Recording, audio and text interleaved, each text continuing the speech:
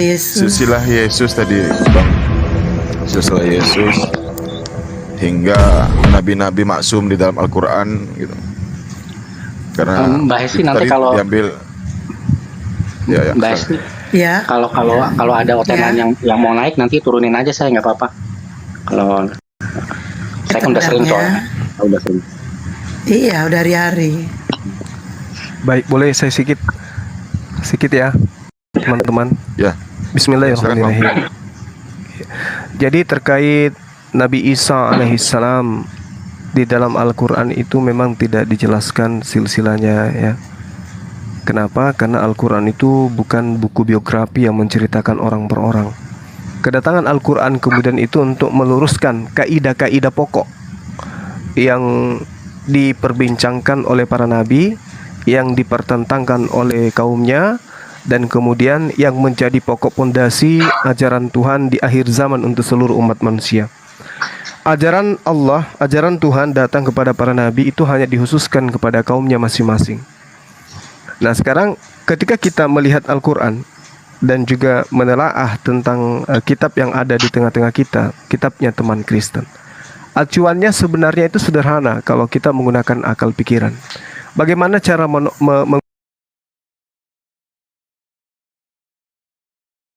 kelanjutan daripada ajaran nabi-nabi terdahulu? Al-Quran menjelaskan misalnya gini, Bismillahirrahmanirrahim. Ya ayyuhalladzina amanu kutiba alaikumusiyam kama kutiba alal ladzina min qablikum la'allakum tattaqun. Satu poin ini aja dulu. Apakah para nabi itu wajib bagi mereka itu berpuasa? Ternyata poinnya yes. Semua nabi yang kita kenal, baik yang dikenal oleh umat Islam maupun teman kita Kristen, semua memiliki syariat-syariat puasa yang hukumnya wajib. Nah, kemudian siapa pengikutnya? Kan jelas tuh. Siapa yang kemudian menjadi pelopor utama daripada hukum wajibnya puasa? Itu satu. Yang kedua, perintah sholat. Perintah sholat ini pun datang kepada para nabi.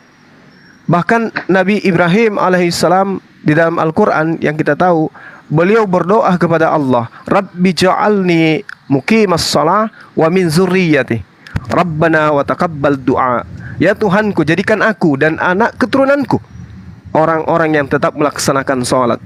Ya Tuhan kami, perkenankanlah doaku. Nah, untuk mengetahui bahwasanya tolak ukur pemberitaan tentang berita-berita yang dulu, berita-berita ilahi melalui kitab suci, maka kaidah perintah syariat hukum-hukum yang dilakoni para nabi itulah yang menjadi tolak ukur. Kita bukan agama paganisme, kita bukan ajaran Helenisme atau politeisme, tetapi adalah ajaran yang mengaku sebagai ajaran langit. Sejatinya ajaran langit itu pasti memiliki kaidah dalam beribadah. Yang pertama sholat, puasa yang tadi ya. Yang kedua adalah sholat.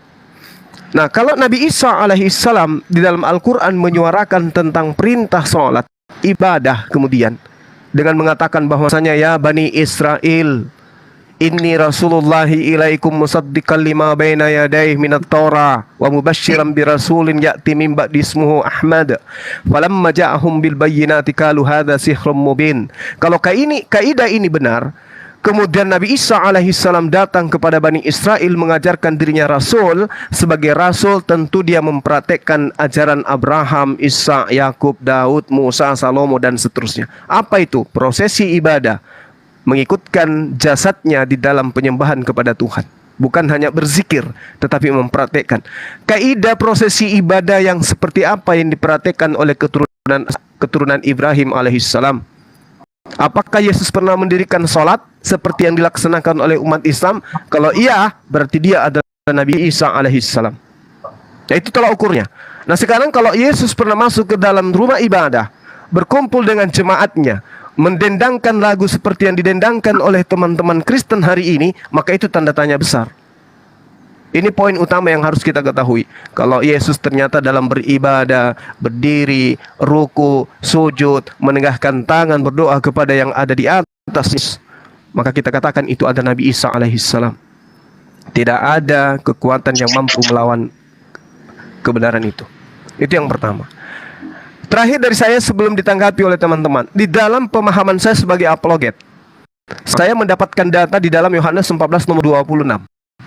Tetapi penghibur, yaitu Roh Kudus yang akan diutus oleh Bapa dalam namaku, dialah yang akan mengajarkan segala sesuatu. Poinnya di mana? Kepadamu, mengajarkan sesuatu kepadamu, akan mengingatkan kamu akan semua yang kukatakan kepadamu. Nih poinnya nih. Kita titik beratkan kepada penyampaian Yesus akan kepadamu.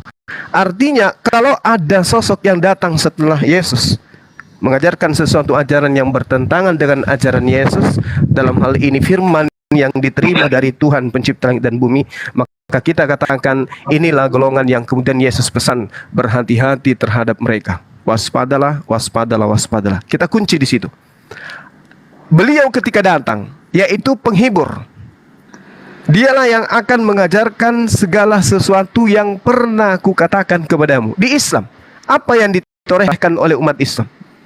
Nabi Isa alaihissalam yang kemudian datang dalam Al-Quranul Karim, dikatakan dia mampu menghidupkan orang mati. Al-Quranul Karim menjelaskan dalam surah Ali Imran ayat 49, Al-Ma'idah ayat 110, menyembuhkan orang buta. Di dalam Al-Quran surah Al-Ma'idah ayat 10 dan juga Ali Imran ayat 49. Mengetahui hal-hal yang gaib, mengetahui hal-hal rahasia yang diketahui oleh manusia. Al-Quranul Karim ayat surah Ali Imran ayat 49. Apalagi dia memberikan mukjizat-mukjizat kepada Bani Israel, tanda-tanda kepada Bani Israel. Di dalam Al-Quranul Karim diterangkan dalam surah Al-Ma'idah ayat 112. Nah, hal apa yang kemudian yang ingin kita tolak dari ini? Ketika Nabi Isa alaihissalam mengatakan, "Inni Rasulullahi ilaikum." Belum lagi pernyataannya, "Qala subhanaka ma yakunu li an aqula ma laysa li bil haqq." Ya Tuhanku, aku tidak punya hak untuk mengatakan sesuatu yang bukan hakku untuk aku katakan. Maha suci Engkau ya Allah. Apakah kemudian pernyataan-pernyataan yang direkam oleh Al-Quran ini masih ada di Bible? Ada. Berarti seorang penolong lain yang datang setelah dia itu, di mana dia itu? Siapa beliau? Sedangkan kalau kita melihat teman-teman Kristen, coba kita lihat. Satu poin aja nih, ini sebagai apologet saya berbicara ya teman-teman. Efesus 2 nomor 15, dengan matinya Yesus di atas tiang salib, dia telah membatalkan hukum Taurat dan segala ketentuan yang ada di dalamnya. Pertanyaan kita sebagai anak bangsa, sebagai anak Indonesia yang cerdas, di mana pernah Yesus mengatakan sebelum ada perkataan itu kalau dirinya datang untuk membatalkan hukum Taurat dengan cara mati di atas tiang salib? Ingat, ukuran kita adalah Yohanes 14 nomor 26. Jika Roh Kudus itu datang, dia akan mengingatkan kamu akan semua yang telah kukatakan kepadamu. Wajar kalau saya bertanya. Saya ingin diingatkan oleh perkataan Yesus yang mengatakan dia mati di atas tiang salib untuk membatalkan hukum Taurat. Tunjukkan di dalam pengajaran Yesus itu di mana tertulis. Itu dulu. Kalau ada yang bisa menunjukkan perkataan Yesus dia datang untuk membatalkan hukum Taurat dengan cara mati di atas tiang salib dengan poin terkutuk dianya, maka hari ini juga saya berhenti menjadi apologet. Karena ini telah ukurnya. Roh Kudus ketika ia datang akan mengingatkan kamu akan semua yang telah aku katakan. Jangan semua, satu aja poinnya yang diimani oleh teman-teman Kristen hari ini. Apa itu? Pembatalan hukum Taurat. Yang ada tinggal ajaran kasih. Saya minta, ada ndak ajaran Yesus mengatakan bahwa aku datang untuk meniadakan hukum Taurat, membatalkan hukum Taurat dan segala ketentuan yang ada di dalamnya dengan cara mati di atas tiang salib? Kalau tidak ada, dari mana Paulus mendapatkan firman atau perkataan atau sabda atau apapun itu yang tertera di dalam tulisan-tulisannya? Kalau tidak ada di pengajaran Yesus, berarti dia melakukan pengajaran-pengajaran tambahan yang tidak diajarkan oleh Yesus. Kalau di Islam tidak ada penambahan di Islam. Dia adalah nabi, dia membangkitkan orang mati, dia membuat orang buta melihat, orang lumpuh berjalan, mukjizat-mukjizat di tengah-tengah Bani Israel. Semua include dengan pengajaran Yesus ketika dia datang kepada Bani Israel. Berarti Roh Kudusnya itu berada di mana? Di Islam. Qul man kana aduwwan li Jibril fa innahu nazzalahu ala qalbika bi idznillah. Nah, inilah yang kemudian saya terangkan kepada saudara supaya kita bisa memahami di dalam Al-Quran surah An-Nahl ayat 102 Allah Subhanahu wa taala, dan juga di dalam surah Al-Baqarah ayat 97 kalau saya nggak keliru. Di situ sangat jelas dikatakan bahwasanya Nabi Roh Kudus itu adalah yang datang kepada baginda Rasulullah Muhammad sallallahu alaihi wasallam. Apa yang diterangkan di dalamnya? Di dalam Al-Qur'an surah Al-Baqarah, "Qul man kana aduwwan li Jibril fa innahu nazzalahu ala qalbika bi idznillah." Lalu di dalam surah An-Nahl ayat 102 jelas sekali dikatakan bahwasanya ayat ini mendukung penuh yang datang kepada baginda Rasulullah Muhammad SAW itu adalah Roh Kudus. Qul nazzalahu ruhul kudus min rabbika bil haqq. Berarti Roh Kudus ketika ia datang kepada baginda Rasulullah Muhammad SAW, dia mengingatkan kembali tentang ucapan Yesus yang pernah Yesus ucapkan kepada Bani Israel. Subhanallah, ini fakta yang tidak bisa diukur dengan cara kita menolaknya. Kenapa? Satu, sebelum saya serahkan kepada yang lain, tidak ada literasi Islam, Kristen, Hindu, Buddha, apologet, kristologi, pakar Bible, ilmuwan, sejarawan, sastrawan, apapun itu, termasuk seniman yang bisa menghadirkan bukti akurat baginda Rasulullah Muhammad SAW sebelum menyampaikan Al-Quran terlebih dahulu melakukan penyelidikan layaknya terlebih dahulu melakukan, kemudian mereka beliau kemudian sampai kepada Roma, Yunani, kemudian ke Yerusalem belajar tentang Torah dan Injil. Itu tidak ada. Rasulullah Muhammad SAW seketika memberitakan itu, karena itu adalah wahyu dari Sang yang Maha Melihat dan Sang yang Maha Mendengarkan, dan itulah Al-Quranul Karim. Silakan.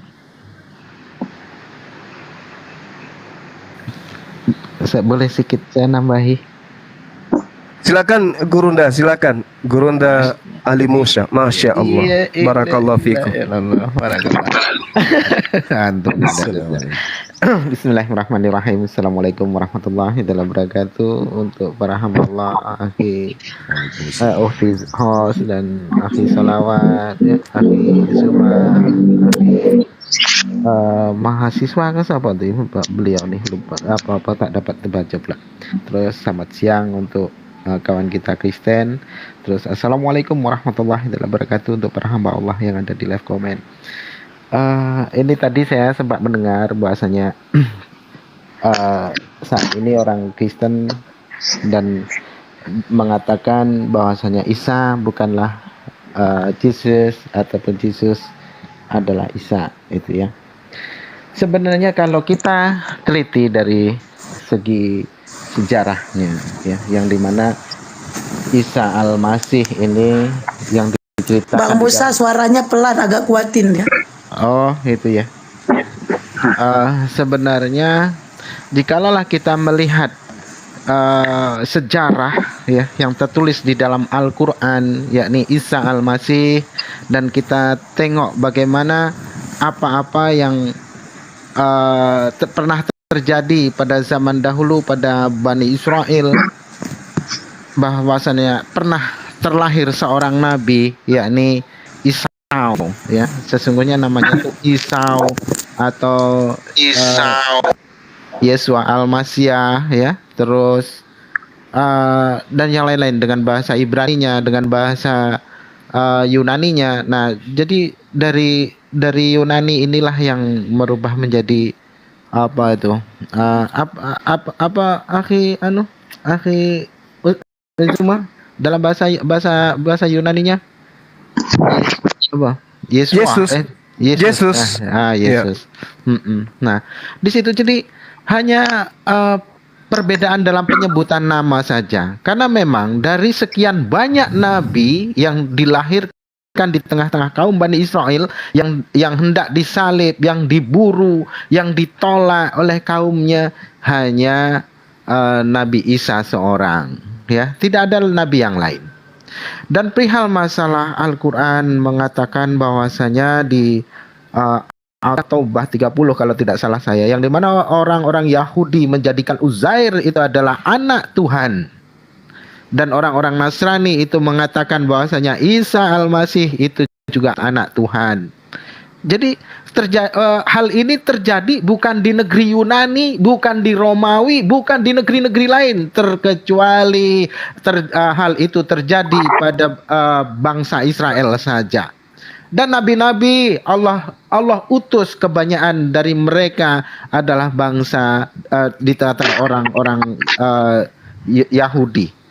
Tidak pernah Allah mengutus bangsa-bangsa lain selain daripada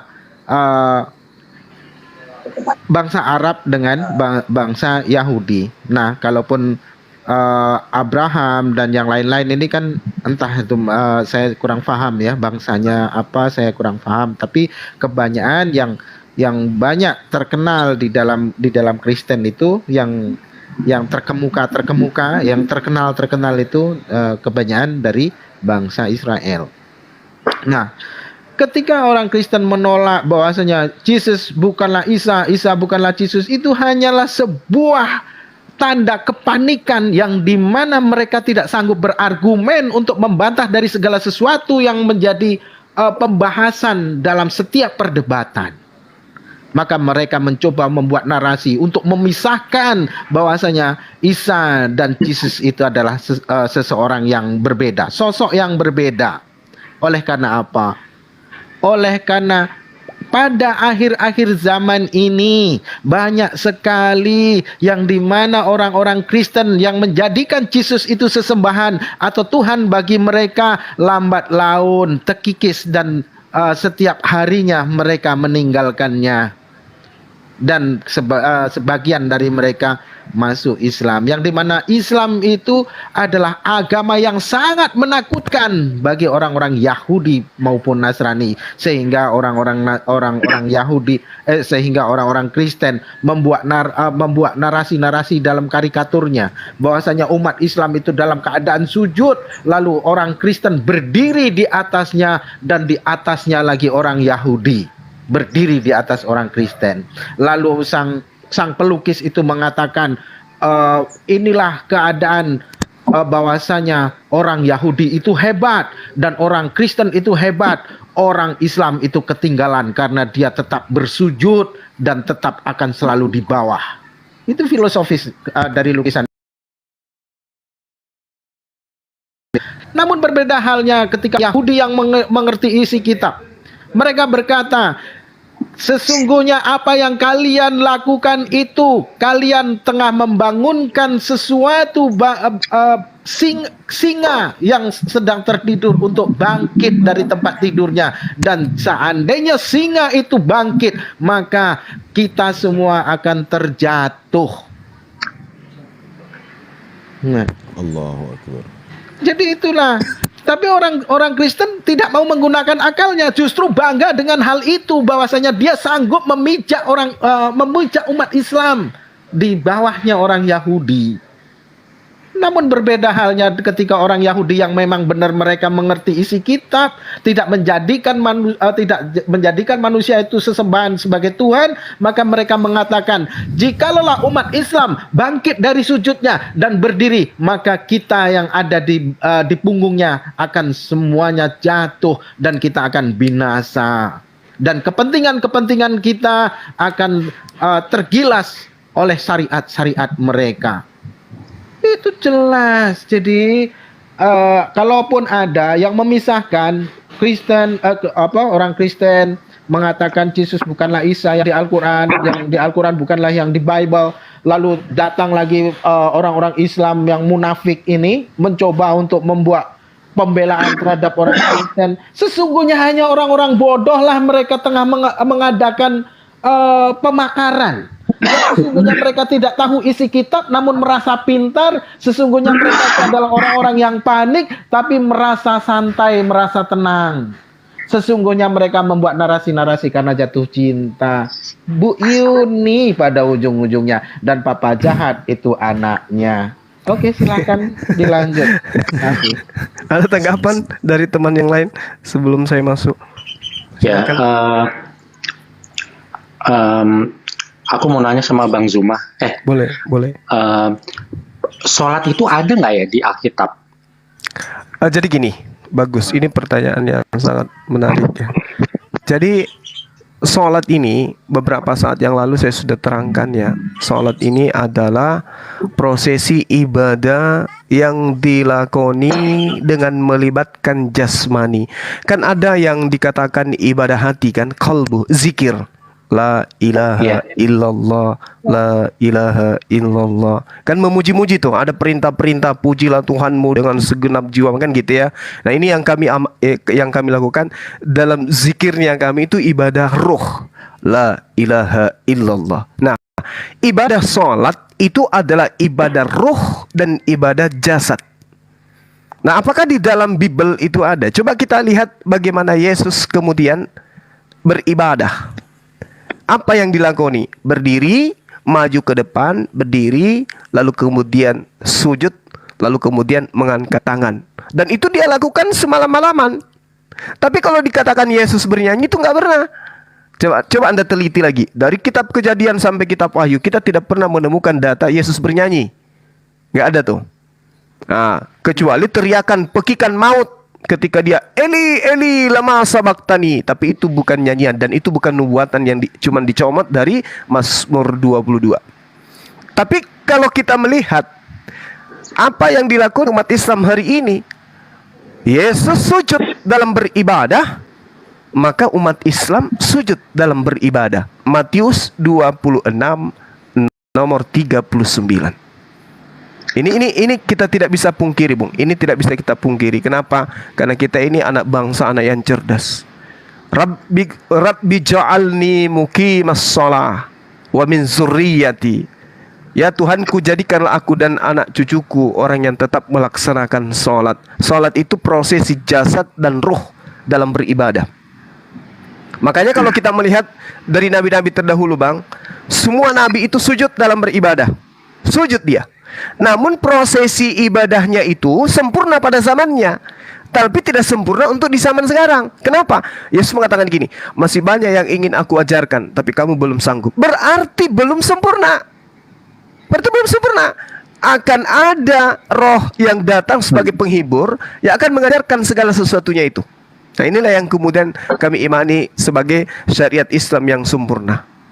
Lalu kemudian saudara saya, tadi di awal saya mengatakan bahwasanya seluruh nabi itu kemudian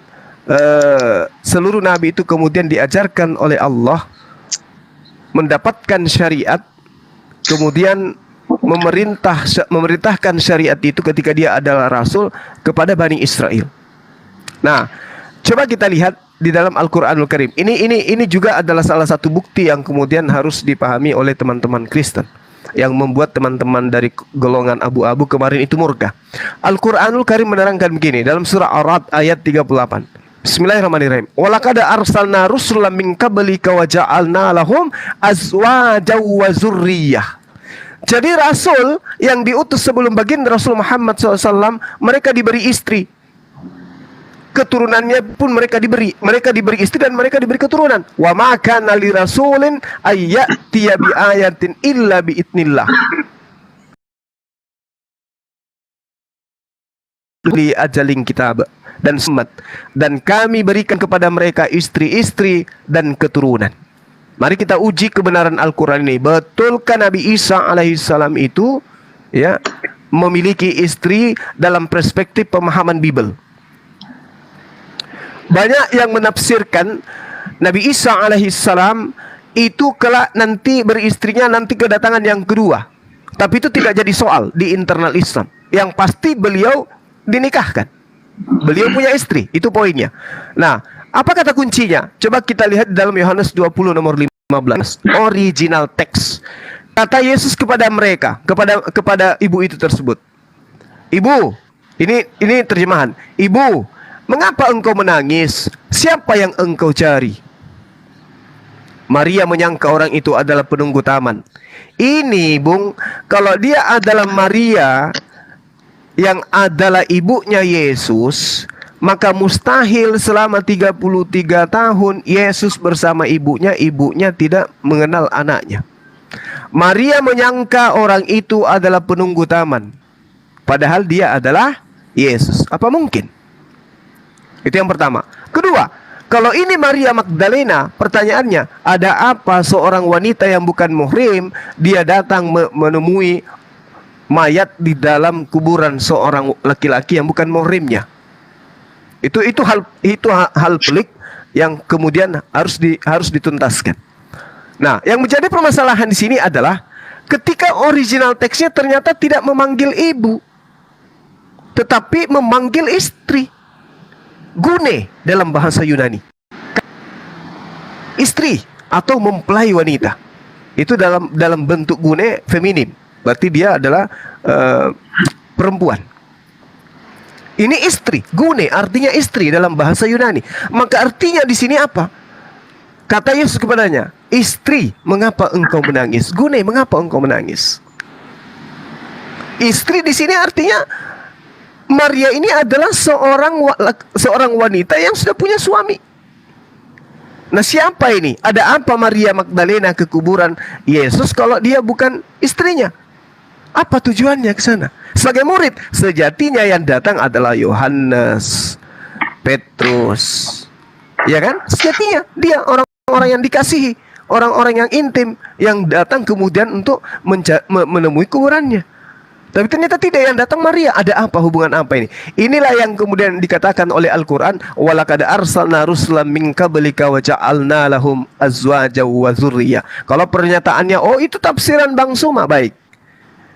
Kita minta kepada teman-teman Kristen untuk menunjukkan sejarah kehidupan Yesus usia 13 tahun sampai 29 tahun. Dia Tuhan, ingat, kita ingat. Kita harus tahu nih, Yesus itu menurut teman-teman Kristen adalah Tuhan. Maka sejatinya yang memberikan firman kepada kita selaku ciptaan adalah Tuhan. Dan kita tidak menemukan di dalam kitabnya orang Kristen ada firman Yesus, dalam arti kata Injilnya Yesus. Yang kita temukan di dalam kitabnya saudara Kristen, 14 kitab itu terlontar dari mulutnya Paulus. Yang mau jadi Tuhan Paulus atau Yesus. Sementara Yesus mengatakan, aku tidak berkata-kata dari diriku sendiri. Apa yang aku katakan adalah apa yang diperintahkan. Mana perkataan yang diperintahkan itu? Nggak ada. Yang ada justru surat-suratnya Paulus, yang sekarang menjadikan teman-teman menuhankan Yesus. 14 kitab yang dibentuk dan dibangun, yang dikarang oleh Paulus menjadi dasar pijakan orang Kristen hari ini. Lalu mana Injil Yesus itu?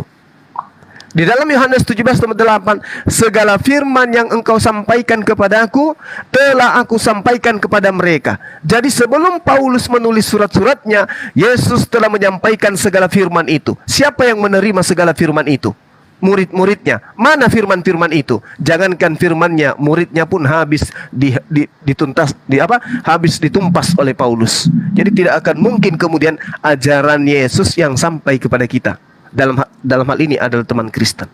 Makanya Yesus mengatakan, iblislah yang menjadi bapakmu dan kamu mau melakukan keinginan-keinginan bapakmu. Makanya hari ini di awal tadi saya mengatakan, tunjukkan kepada saya Yesus mengajarkan dia datang untuk menghilangkan hukum Taurat dengan segala ketetapan yang ada di dalamnya dengan cara mati di atas tiang salib. Tunjukkan kepada saya. Kalau ada, saya berhenti, saya turun dan saya berhenti menjadi apologet. Tapi ternyata tidak ada data itu. Yang muncul kemudian pengajaran-pengajaran Paulus, di mana Paulus mengaku Bapa. Akulah yang menjadi bapakmu dalam Yesus Kristus.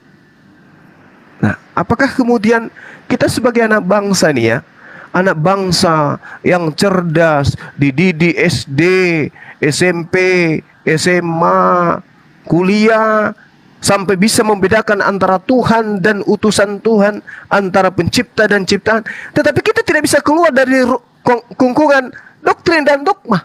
Sementara umur bertambah sampai kepada pintu ajal. Lantas apa pertanggungjawaban kita di hadapan Tuhan? Wahai si fulan, siapa yang mengajarkan engkau untuk sujud nyembah kepada manusia bernama Yesus? Wa iskal Allah ya Isa bin Maryam a'min dunillah qala subhanaka ma yakunu li. Sementara Yesus Nabi Isa angkat tangan, aku tidak pernah mengajarkan itu, aku tidak berkata-kata dari diriku sendiri, apa yang aku katakan adalah apa yang diperintahkan untuk aku katakan, aku sampaikan. Maka endingnya, enyahlah daripadaku engkau semua pembuat kejahatan. Kenapa dia membuat kejahatan? Karena mereka menyembahku tidak sesuai dengan kehendak Bapa. Kehendak Bapa itu, inilah anakku yang kukasihi, kepadanya ku berkenan. Anakku kasihi harus kau pelihara, karena aku aja penciptanya memeliharanya. Kenapa kalian membunuhnya, malah mengutuknya, malah menyembahnya?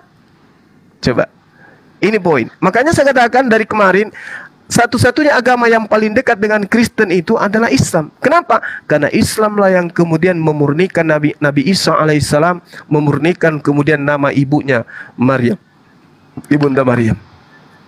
Ini poin yang harus dipahami teman-teman. Jadi ketika dikatakan Al-Quran para nabi itu sholat, Yesus mempraktekkan sholat. Ingat, Yesus mengatakan dalam Yohanes 14 nomor 12, jika saudara masa percaya kepadaku, maka saudara Masaha juga akan melakukan pekerjaan-pekerjaan yang aku lakukan.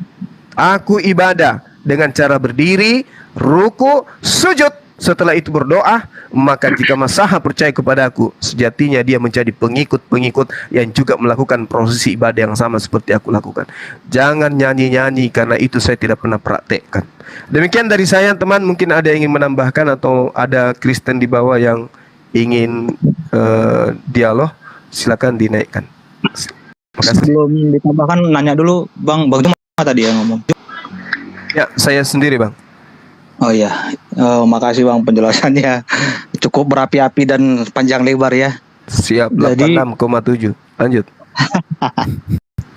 Dari penjelasan Abang tadi, ya kan, tentang pertanyaan teman kita tadi di apa nih, masa wakabala itu, bahwa sholat itu Abang ngutip satu ayat terkait Yesus maju ke depan kemudian sujud, ya kan, ini padahal di Alkitab itu ada beberapa cara Tuhan Yesus itu berdoa Bang. Dia juga misalnya ketika memberkati roti dia menegakkan tangannya ke atas, kemudian berdoa. Kemudian juga ketika dia berdoa membangkit ke Lazarus, tidak dibilang juga dia sujud, dia hanya menengadah ke langit gitu. Jadi sebenarnya banyak ayat-ayat yang menjelaskan bagaimana cara Tuhan itu berdoa. Itu yang pertama. Dan tadi yang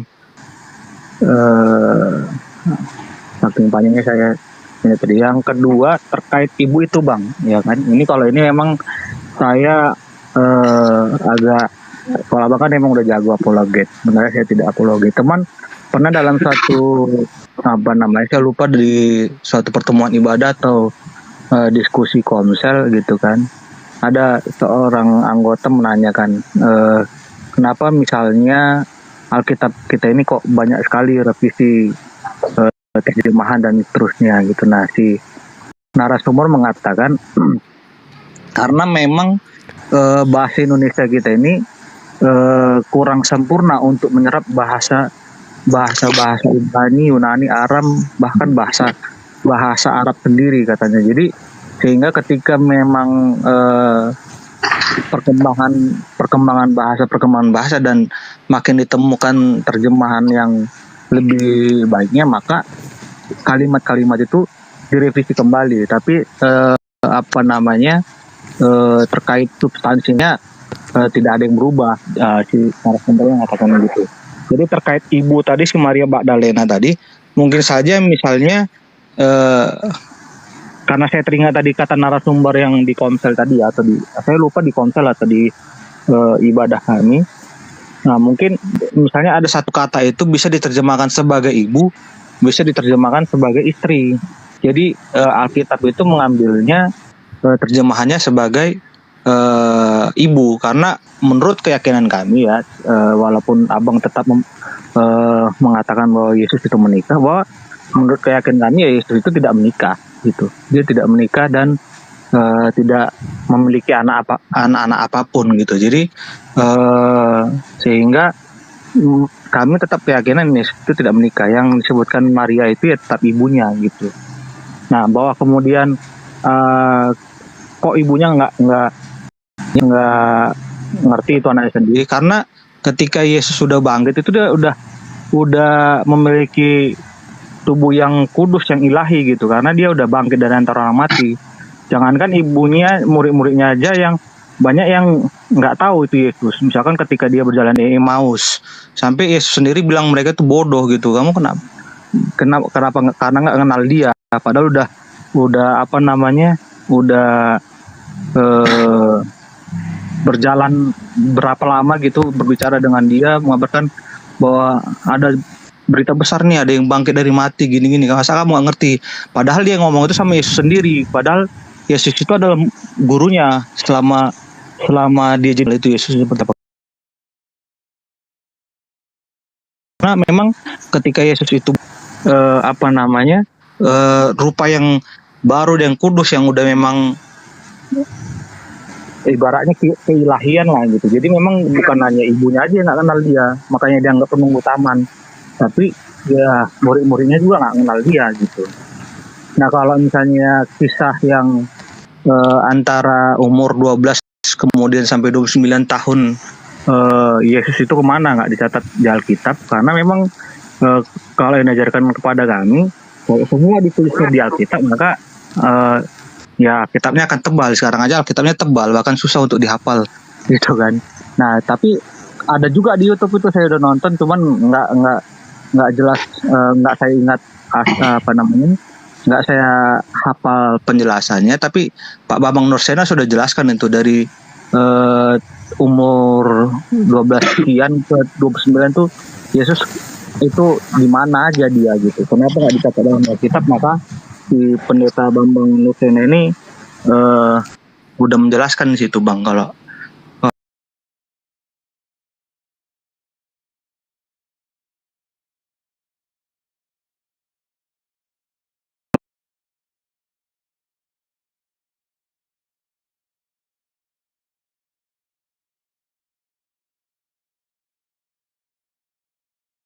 menghargai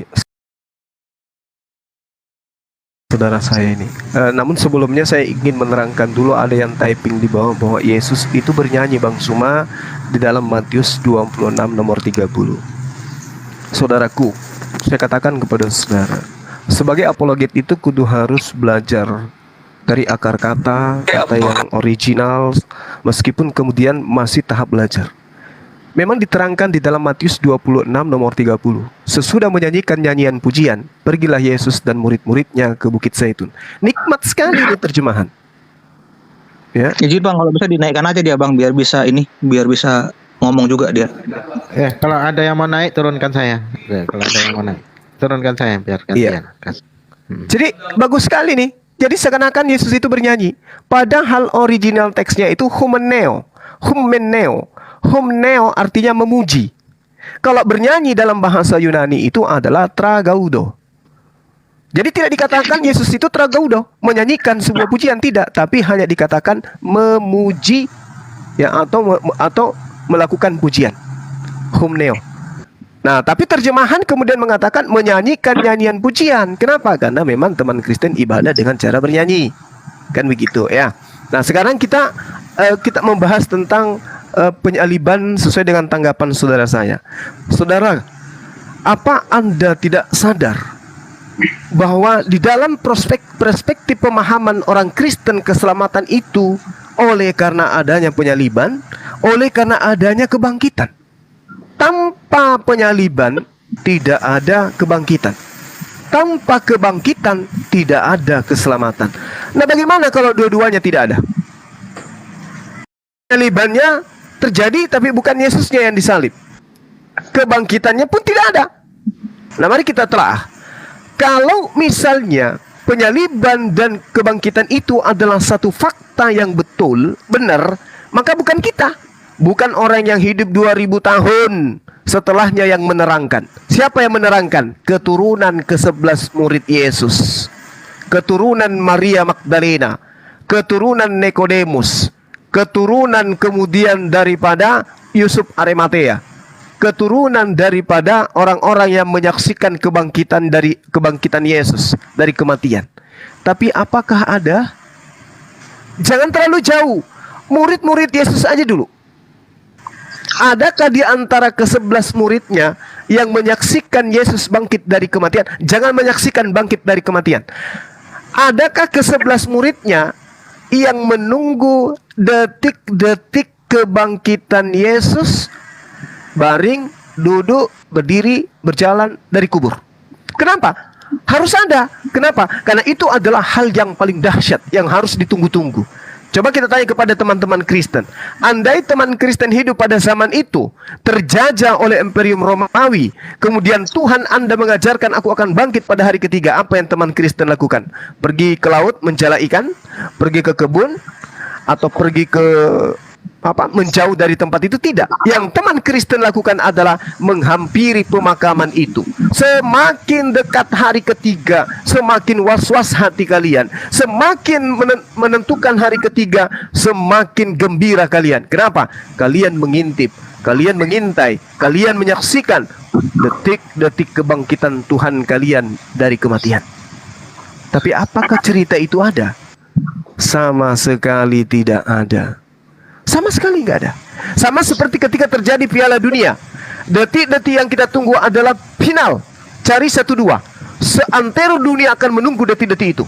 Siapapun tidak tidur. Ya, mereka yang gemar bola tidak tidur. Mereka mengorbankan waktu, tenaga, duit, dan semuanya untuk menunggu detik-detik itu. Ini hanya Piala Dunia, Bung, yang tidak ada hubungannya dengan Indonesia. Kita tunggu. Ini ada hubungannya dengan keselamatan akhirat. Keselamatan seseorang. Pasti mereka akan menunggu. Jadi sunyi sepi pemberitaan tentang itu. Adanya hanya muncul setelah Kristen ini dibentuk. Apa pembuktiannya? Secara tertulis saya tunjukkan kepada saudara. Di dalam Lukas 14 nomor 50, ketika Yesus ditangkap, semua murid lari meninggalkan Yesus. Ada apa engkau lari? Ada apa? Bukankah kamu sudah diajarkan bahwa Yesus memang sudah dinubuatkan untuk ditangkap, untuk dibunuh? Harusnya you berkongko-kongko membunuh Tuhan you, supaya you diselamatkan sebagaimana konsep gereja hari ini. Kenapa Anda berlari?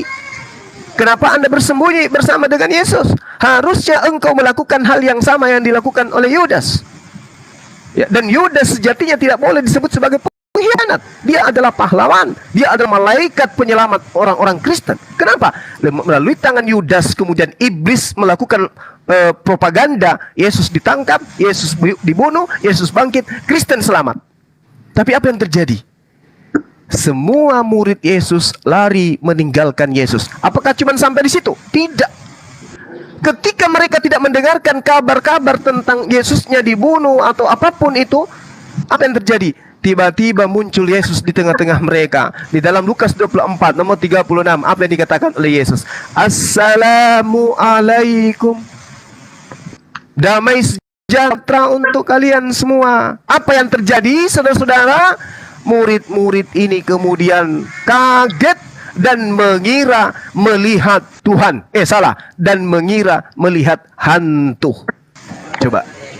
Kalau Yesus sudah mengajarkan aku akan mati, saudara-saudaraku, aku akan bangkit pada hari ketiga, saudara-saudaraku, maka tidak akan mungkin satupun dari muridnya kaget dan mengira melihat hantu. Yang ada adalah ketika itu betul, kebangkitan Yesus itu betul, pemberitaannya bersumber dari Yesus itu sendiri, maka ketika kemudian Yesus berada di tengah-tengah mereka, mereka akan lari bersamaan berlomba memeluk Tuhannya. Oh Tuhanku, ternyata engkau betul-betul bangkit. Haleluya, haleluya. Tapi apa yang terjadi? Tidak sama sekali. Justru mengira dia hantu. Artinya Yesus tidak pernah mengajarkan dia bangkit. Tidak pernah mengajar dirinya bangkit. Kalau dia mengajarkan bangkit, maka semua muridnya akan busung dada di tengah-tengah orang-orang tentara Romawi. Silakan aja bunuh guru saya. Silakan bunuh aja. Dan saya pastikan dia akan bangkit pada hari ketiga. Sambil tepuk dada. Ini hamba Tuhan yang benar. Tengok aja, hari Minggu pagi guruku Tuhanku akan bangkit. Tapi apa yang terjadi? Mereka ngumpet semuanya, berlarian ke sana kemari. Untung Yesus lolos dari pemakaman. Ada apa dengan kalian, kata Yesus? Akulah ini. Kalau tidak percaya, lihat tanganku, lihat kakiku. Apakah di antara kalian ada yang memiliki makanan? Muridnya memberikan apa? Ikan goreng dan sedikit madu. Untuk apa? Untuk membuktikan dia Tuhan? Atau untuk membuktikan dia bukan hantu? Ternyata makan ikan goreng bukan untuk membuktikan dirinya Tuhan, tetapi membuktikan dirinya bukan hantu sebagaimana yang dituduhkan oleh murid-muridnya. Ini sudah sangat luar biasa nih bukti.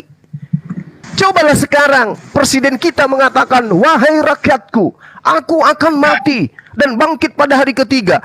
Kira-kira ketika Bapak Presiden kita mati, ya, apakah kita tidak menjadikan informasi itu sebagai satu konsentrasi yang sangat memeras konsentrasi kita, perhatian kita? Tentu memeras perhatian kita.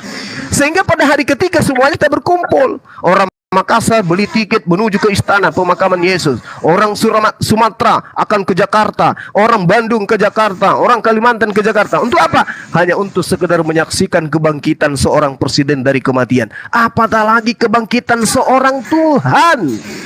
Yang percaya. Tapi ternyata kagak. Tidak ada pemberitaan itu. Pemberitaan itu hanya muncul di gereja. Pemberitaan itu hanya muncul di internal Kristen. Makanya ada konsili-konsili untuk menentukan Yesus itu Tuhan. Jadi ikan goreng bukan membuktikan bahwa Yesus itu Tuhan. Ikan goreng membuktikan bahwa Yesus bukan hantu. Demikian sementara, silakan. Tapi instruksi Iya. sorak kitab. Makanya Tiga Tuhan itu dulu dong, jangan langsung ke tafsir.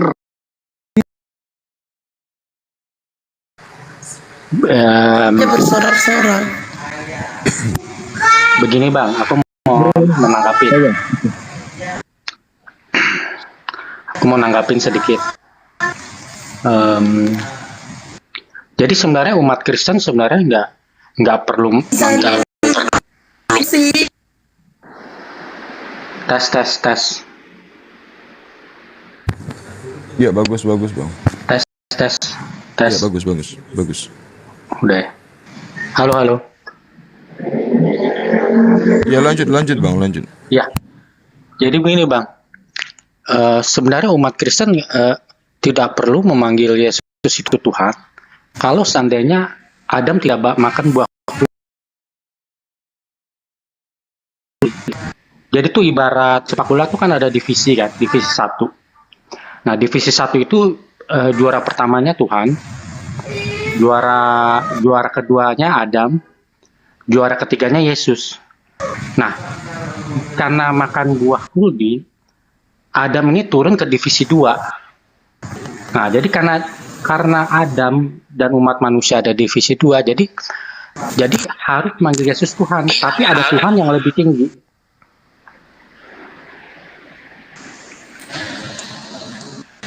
Halo. Lanjut Bang, lanjut. Ya. Tadi sampai mana ya? Putus-putus nggak tadi saya ngomong? Divisi pertama, divisi kedua. Oh iya. Ya gini ya. Jadi itu ibarat sepak bola tuh divisi 1, juara 1-nya Tuhan, juara 2-nya Adam, juara 3-nya Yesus. Nah, karena Adam makan buah kuldi, Adam turun ke divisi 2. Nah, karena Adam dan umat manusia ada divisi 2, maka kita harus manggil Yesus Tuhan. Tapi ada Tuhan yang lebih tinggi dari Yesus, Tuhan Bapa. Nah, seperti itu analoginya. Oke, baik. Menurut saudara, Tuhan itu ada berapa, Bang?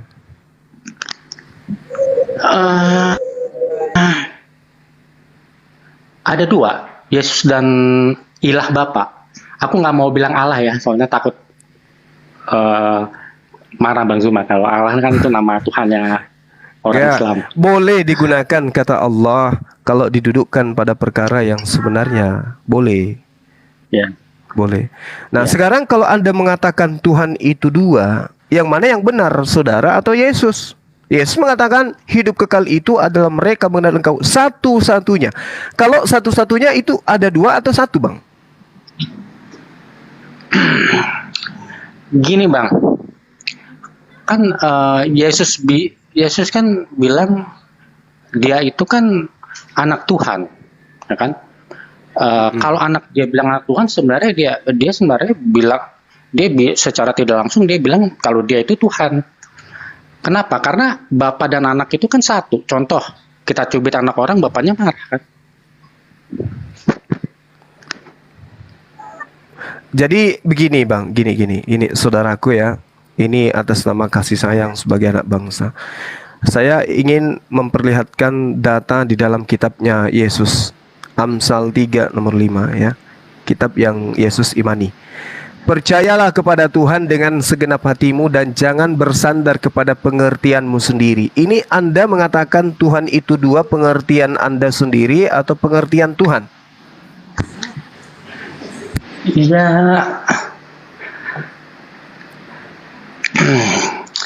Gini bang, Kalau saya sih Tuhan itu satu ya.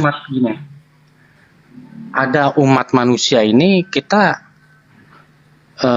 Yesus karena gini bang, karena Yesus itu punya sifat yang sama dengan Tuhan, yaitu keabadian gitu.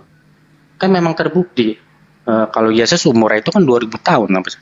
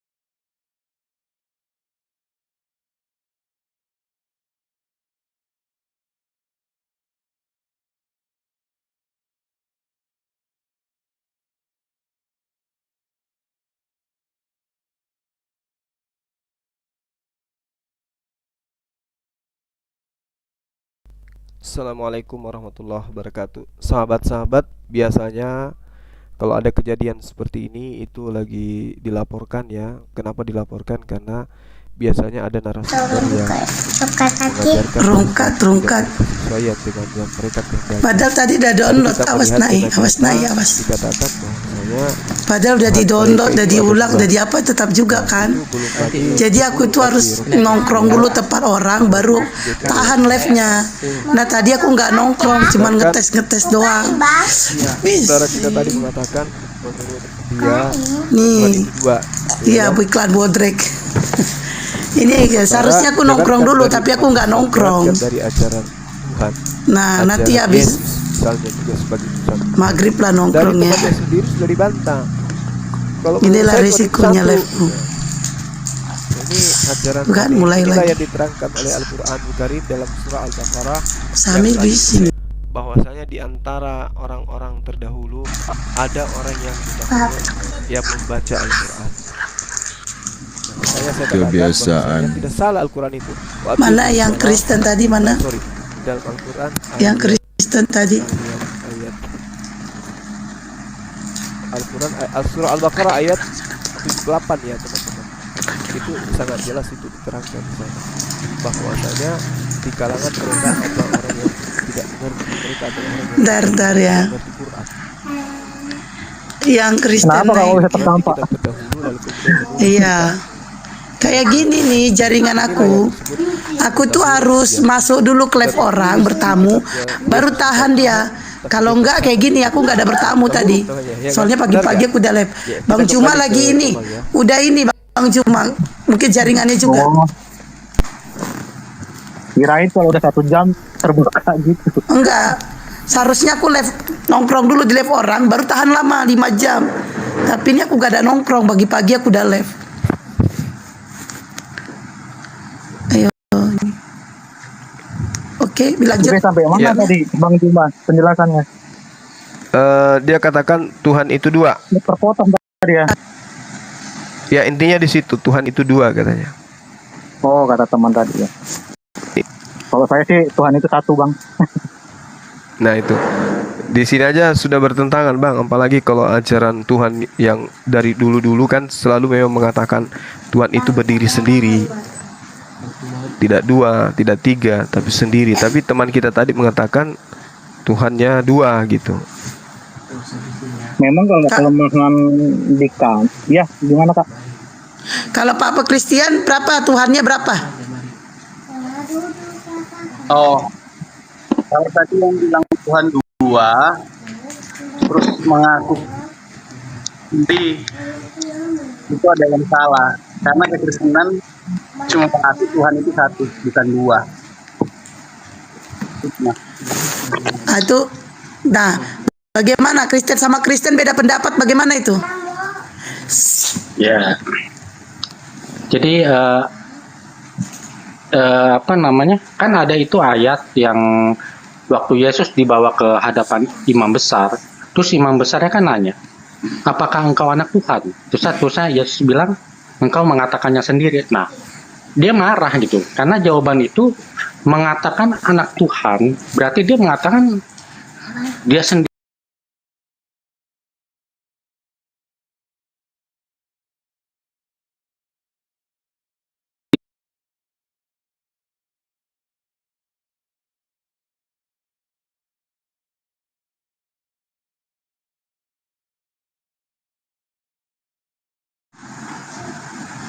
Pada mulanya Adam itu anak Tuhan, karena Adam itu punya keabadian dulu. Kita tidak tahu pada waktu sejak awal penciptaan sampai Adam makan buah kuldi, kita nggak tahu umur Adam itu udah berapa ribuan tahun, kita nggak tahu. Kita ini sebenarnya keturunan Tuhan. Begitu. Atas Ya, dasar apa keturunan bang? Adam. Abang ini mengatakan kita ini keturunan Tuhan. Berarti Tuhan ini punya benih gitu ya? Oke, dalilnya kalau mau lihat dalil kitab Matius yang silsilah keturunan. Yesus anak ini bla bla bla bla bla. Pas ayat terakhirnya Adam anak Allah. Nah, Adam kalau kehilangan ya. Adam kehilangan status anak Tuhannya ketika dia makan buah kuldi. Kenapa? Kenapa dia nggak jadi anak Tuhan lagi? Karena dia nggak abadi lagi kayak dulu gitu loh. Dia tidak mempunyai sifat yang sama lagi kayak Tuhan. Tuhan itu abadi gitu loh. Dulu sebelum Adam makan buah kuldi, dia juga abadi, makanya disebut anak Tuhan. Oke. Begitu. Begitu. Nah, di sini anak dalam pemahaman saudara biologis atau apa nih? Biologis. Wah, yakin itu? Yakin 100%. Oke, mari saya bukakan data di dalam kitab Amsal. Boleh ya, Amsal 3 nomor 11 nomor 12. Boleh. Iya. Kita lihat di dalam Amsal 3. Hai anakku, janganlah engkau menolak didikan Tuhan, dan janganlah engkau bosan akan peringatannya, karena Tuhan memberi ajaran kepada yang dikasihinya, seperti seorang ayah kepada anak yang disayanginya. Berarti kalau kita lihat data ini, yang disebut anak Tuhan adalah mereka yang mendengarkan didikan Tuhan. Makanya di kitab saudara ada dikatakan anak-anak Tuhan. Siapa anak-anak Tuhan ini? Mereka adalah ciptaan Tuhan yang taat mendengarkan didikan Tuhannya, yaitu orang yang soleh, orang yang beriman. Di Islam disebut Muslim. Ini orang yang jangan engkau bosan akan peringatannya, jangan engkau menolak didikan. Jadi kalau ada yang menolak didikan Tuhan, mengatakan didikan Tuhan itu sudah batal, itu bukan anak Tuhan lagi. Saya katakan itu bukan anak Tuhan, tapi anak laknat. Karena Tuhan memberi ajaran kepada yang dikasihinya, seperti seorang ayah kepada anak yang disayangi. Jadi itu hanya istilah gelar manusia ciptaan Tuhan yang ikut anak Tuhan, bukan berarti kita ini keturunan Tuhan, kan? Bahaya itu kalau Tuhan punya keturunan. Wah. Gini bang, sebenarnya Islam kan selalu bilang kalau itu Allah itu maha penyayang, dan Allah itu tidak beranak kan. Iya, betul. Sebenarnya kalau dipikir-pikir nih, dua logika ini berlawanan, Bang. Karena kasih sayang tertinggi itu kan kasih sayang orang tua kepada anaknya. Gimana tuh, Bang? Iya, betul. Makanya tadi di awal saya membacakan dalil di dalam kitab-kitab terdahulu. Yosua 22. Jangan lari ke Al-Qur'an dulu supaya Anda ini kan membawa nama anak Tuhan gitu ya. Yosua 22 nomor 5. Apa yang diterangkan oleh Tuhan di sana? Itu sudah sangat jelas tuh. Hanya lakukan dengan sangat setia perintah dan hukum yang diperintahkan kepadamu oleh Musa, hamba Tuhan itu, yakni mengasihi Tuhan. Hidup menurut segala jalan yang ditunjukkannya, tetap mengikuti perintahnya, terpaut padanya, dan berbakti padanya dengan segenap hatimu, dengan segenap jiwamu. Belum lagi kalau kita melihat di dalam Ulangan 11 nomor 1. Apa yang diterangkan di sana kemudian? Tentang didikan Tuhan ya, tentang orang yang dikasihi. Nah, di situ dikatakan, haruslah engkau mengasihi Tuhan Allahmu dan melakukan segenap setia dengan kewajibanmu terhadap Tuhanmu. Ya, dengan senantiasa berpegang pada segala ketetapannya, peraturannya, dan perintahnya. Nah, kemudian kita lihat di dalam 1 Raja-Raja 2 nomor 3. Di situ juga diterangkan sangat jelas tentang anak-anak Tuhan. Anak-anak Tuhan ini mereka yang kemudian taat kepada perintah Tuhan. Lakukanlah kewajibanmu dengan setia terhadap Tuhan, dengan hidup menurut jalan yang ditunjukkannya, dan dengan tetap mengikuti segala ketetapan, perintah, peraturan, dan ketentuannya seperti yang tertulis dalam kitab Musa, supaya engkau beruntung dan dalam segala yang kau lakukan dan dalam segala hal yang kau tuju. Artinya, perintah Tuhan itu untuk melakukan ketetapan, ketentuan, aturan, hukum-hukum, perintah, dan semuanya itu agar kita mendapatkan kedudukan sebagai orang yang dikasihi. Orang yang dikasihi adalah orang yang taat kepada Tuhannya. Mereka lah yang kemudian disebut di dalam tradisi Yahudi sebagai anak-anak Tuhan, orang yang soleh, orang Muslim, orang yang mendekatkan diri, merapatkan diri kepada didikan Tuhan, tidak menolaknya, tidak membatalkannya dengan menjadikan satu oknum sebagai tameng pembatal. Demikian dari saya, silakan. Ya, aku cukup dulu deh, Bang. Aku ini mau ada Bang Tapi ini Christian, judulnya aku keren loh. silakan. Ini judul keren. 3 Kristen berbeda pendapat tentang ketuhanan. Wow, keren kan judulnya? Oke, lanjut. Oke, Bang Bang. Christian kali mau. Ya, makasih Bang Masaha. Luar biasa saudara, tetap kita belajar, Anda belajar, saya belajar dengan hikmat terhadap kitab yang kita pegang. Iya, silakan. Assalamualaikum Bang Juma.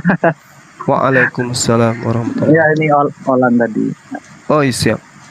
Ya, saya mau melanjutkan yang penjelasan abang yang tadi aja deh, saya nggak usah ikut mencampuri Tuhan dua itu tadi. Yang abang jelaskan tadi yang panjang lebar itu yang saya catat ini beberapa. Itu abang bilang apa namanya, harusnya murid-muridnya ini dong, apa namanya, nunggu-nunggu dong, apa kalau Tuhan itu 3 hari lagi muncul gitu kan. Siap. Begitu kan Bang ya, kurang lebih lah ya. Kalau saudara. kalimatnya. Iya, memang begini Bang, apa namanya ya, kami pun pengennya begitu gitu kan. Harusnya murid-murid nunggu dong, tapi kan memang kapasitas kemampuan murid-murid itu nggak seperti itu. Bahkan Yesus sendiri pun sering menegur murid-muridnya. Misalkan waktu halo. Iya, silakan. Soalnya tiba-tiba sunyi senyap. Misalkan, iya Bang, makasih. Misalkan waktu ada orang nih bawa orang sakit nih, ketika Yesus sedang tidak bersama-sama dengan mereka, tiba-tiba banyak umat yang atau masyarakat yang bawa orang sakit, tahu-tahu nggak bisa itu nyembuhkan si orang-orang sakit ini. Terus masyarakat ngadu, Yesus ini udah gue bawa ke anak-anak murid-muridmu tapi nggak bisa ngelepasin ini gitu, nggak bisa nyembuhin orang-orang ini. Terus Yesusnya marah lah, intinya Yesusnya bilang, mau berapa lama lagi sih gue sama kalian gitu, masa gini doang nggak bisa gitu kan. Terus kemudian ada kisah Petrus lagi yang udah disuruh jalan di atas air, tetap dia nggak bisa jalan di atas air, padahal udah Yesus sendiri yang nyuruh nih.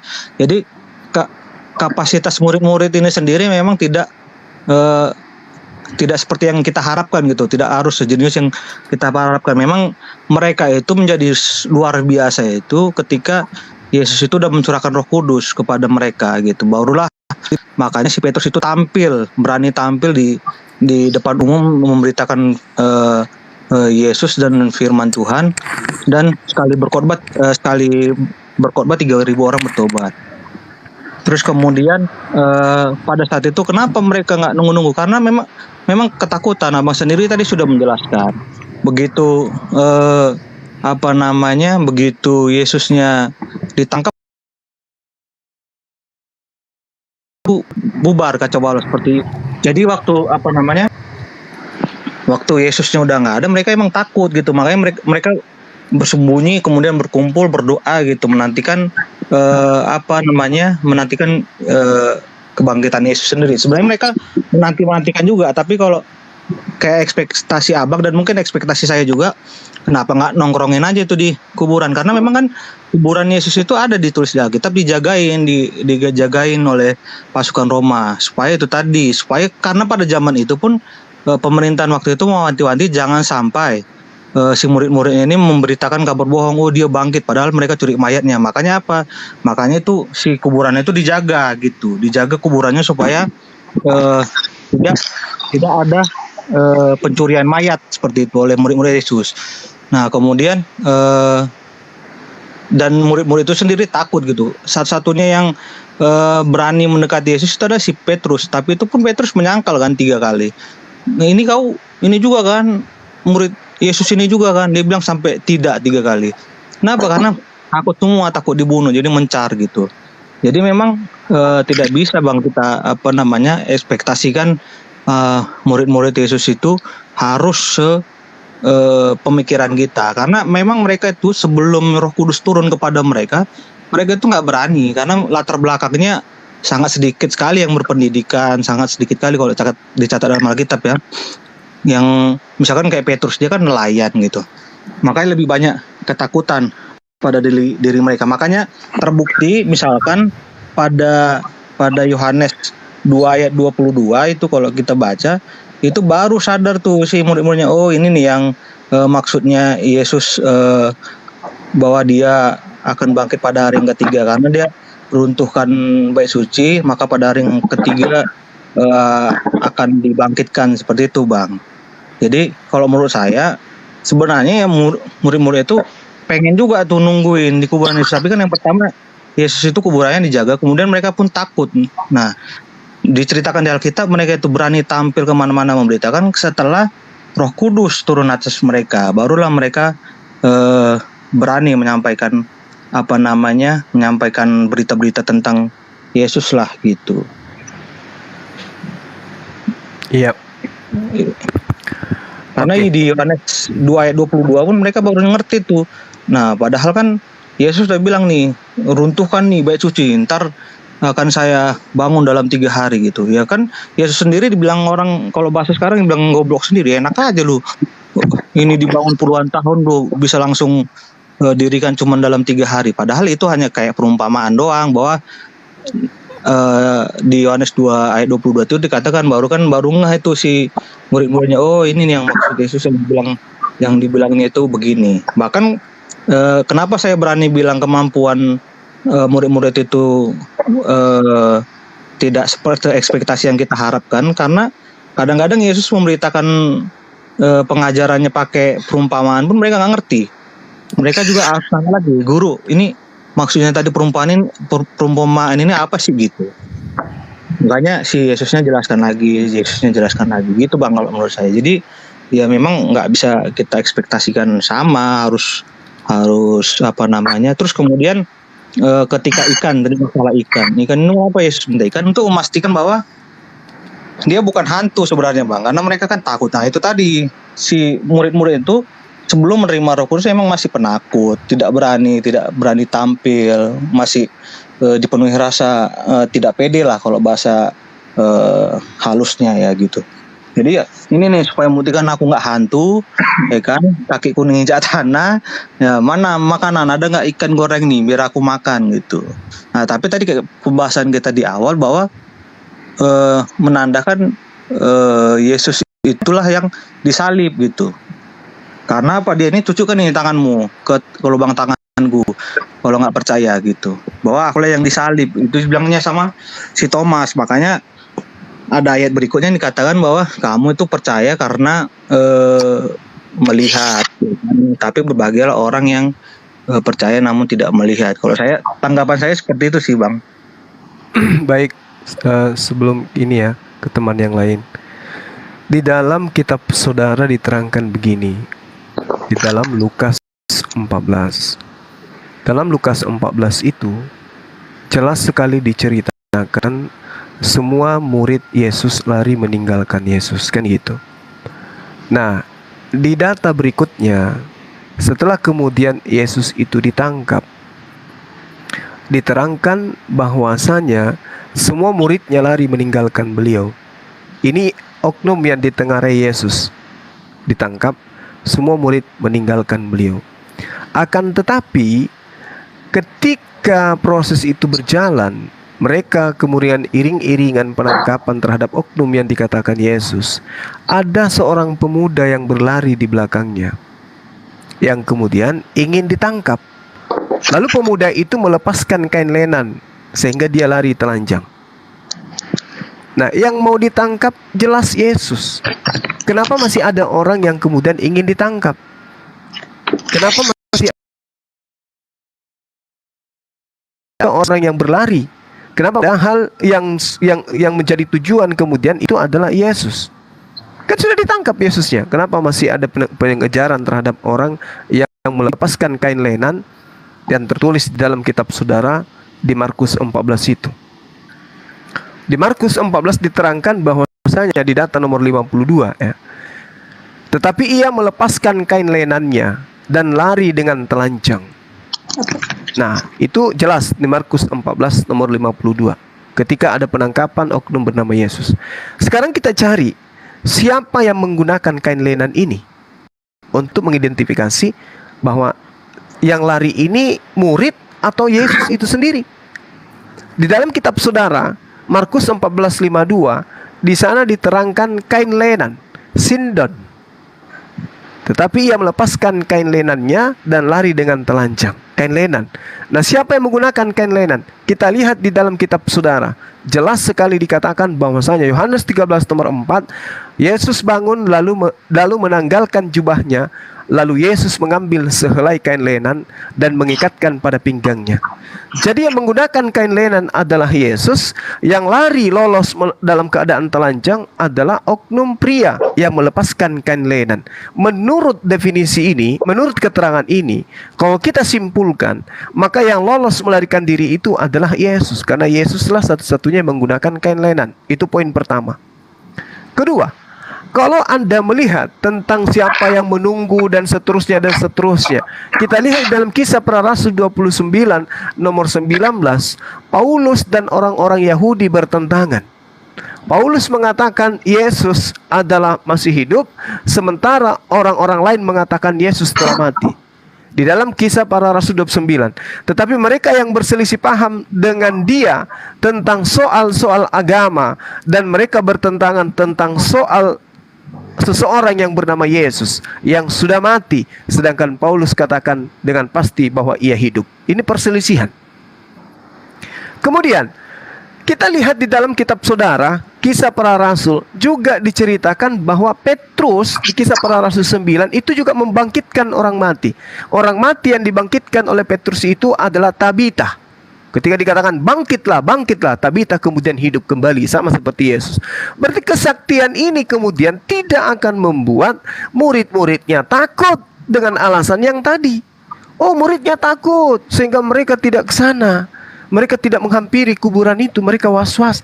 Tapi kemudian Petrus bisa membangkitkan orang mati saking hebatnya. Nah, kalau Anda mengatakan, oh itu karena dia sudah mendapatkan hembusan Roh Kudus, Bung, Yesus mengatakan kedatangannya yang kedua itu adalah nanti di akhir zaman. Yesus mengatakan, jikalau aku tidak pergi, Roh Kudus itu tidak datang. Berarti Yesus sudah pergi.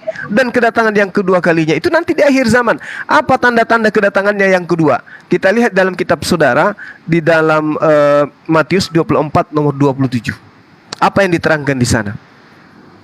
Sebab sama seperti kilat memancar dari sebelah timur dan melontarkan cahayanya sampai ke barat, demikian pula lah kelak kedatangan Anak Manusia, Yesus Kristus. Jadi kedatangannya kepada Paulus, kedatangannya kepada Petrus, kedatangannya kepada orang-orang yang mengaku bertemu dengan Mesias, itu kedatangan yang keberapa rupanya? Bukankah kedatangannya itu nanti ditandai dengan adanya kilat yang memancar dari timur ke barat, sehingga semua manusia di atas muka bumi ini akan tahu, oh, Nabi Isa alaihissalam sudah turun. Semua manusia akan tahu ketika ia datang. Bukan cuman Paulus, bukan cuman Petrus, karena kedatangan yang kedua itu matahari sinar seperti kilat memancar dari timur ke barat, sehingga manusia itu akan tahu dia datang untuk yang kedua kalinya menghebohkan dunia. Bukan hanya menghebohkan perjalanan Paulus ke Damsik, rebah ke tanah, siapakah engkau Tuhan? Akulah Yesus yang kau aniaya. Itu adalah cerita yang dibangun Paulus dengan Lukas. Tetapi yang dimaksud dalam kitab saudara ini, ketika datang kedua kalinya, akan seperti kilat memancar dari timur ke barat. Jadi semua akan tahu. Tidak mungkin Yesus datang kedua kalinya cuma di Yerusalem, di Indonesia tidak tahu. Semuanya akan tahu, karena itu pemberitaannya di Al-Quran juga sama. Kedatangannya yang kedua adalah untuk menjadi hakim, untuk menerangkan, untuk menjelaskan dirinya hanyalah utusan Tuhan. Makanya di dalam kitab saudara Yohanes 12 nomor 48, barang siapa yang menolak aku, dia sudah ada hakimnya, yaitu perkataan-perkataan yang pernah aku katakan kepada mereka ketika aku bersama dengan mereka. Perkataan itulah yang akan menjadi hakim hakimnya di akhir kelak, di hari terakhir kelak.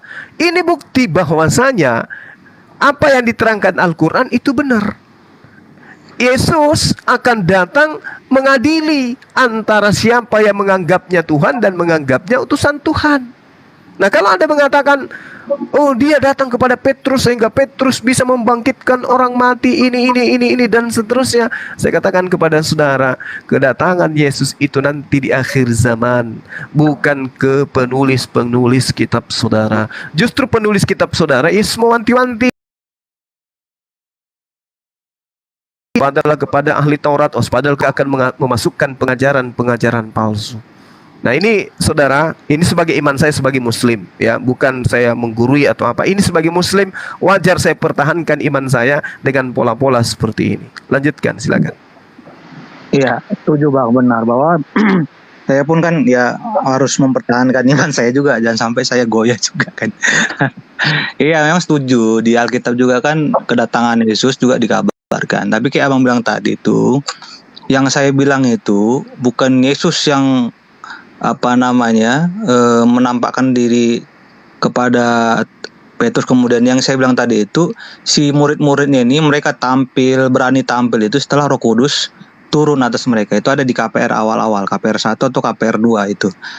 Tapi yang tadi bahasan gitu itu, yang tadi abang bilang, kenapa mereka nggak nunggu-nunggu aja itu depan kuburan Yesus, kayak kita misalnya dari Medan, dari Kalimantan atau daerah pengen ke Jakarta gitu. Ini kan detik-detik ganti, karena yang seperti saya jawab tadi bahwa sebelum Roh Kudus turun itu yang dituliskan dalam KPR awal-awal 1 atau 2 saya lupa.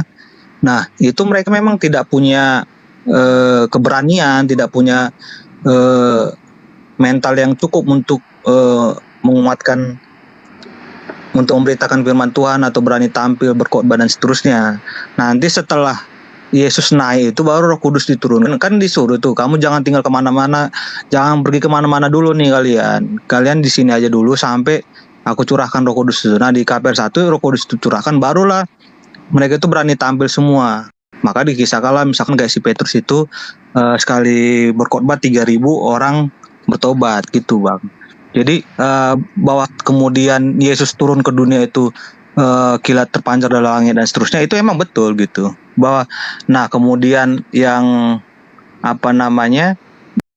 yang abang bilang tadi, Yesus menampakkan diri kepada si Paulus tadi Bang ya.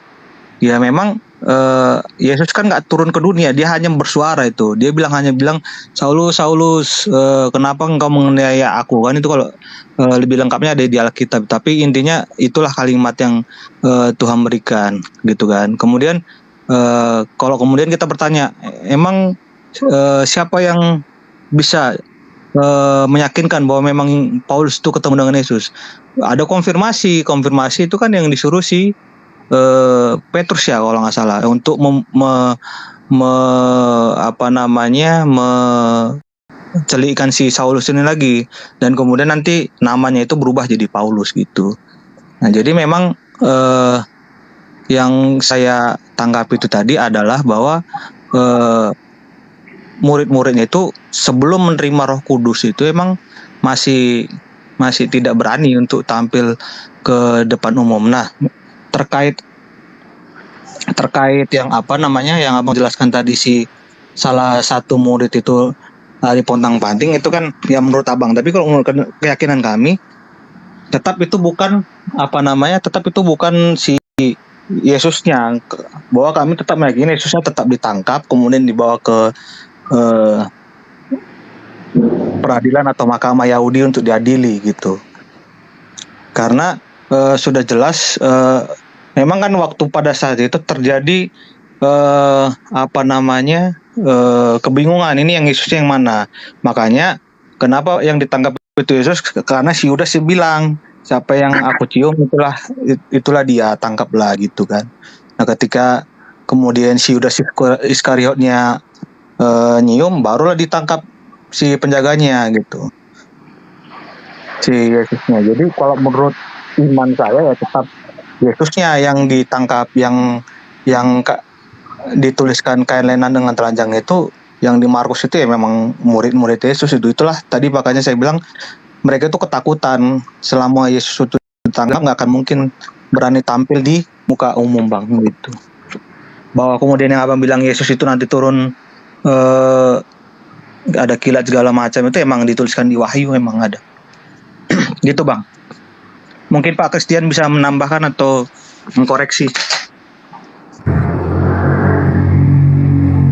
Saya tadi baru masuk terus sempat nge-lag jaringannya di sini. Cuma tadi yang saya mau respon tuh yang bilang, siapa yang bilang ya? Kayaknya teman kita Kristen ya yang bilang Tuhan itu dua. Iya tadi beliau sudah turun tapi masih ada di sini, masih saudara Mas Aha. Mungkin bisa dijelaskan lagi. Saya bang. Oh iya, Bapak Kristen apa Pak denomnya? Denom. Aku Unitarian. Unitarian aku. Oh. Ya. Kristennya dua, berangkatnya dari mana Pak?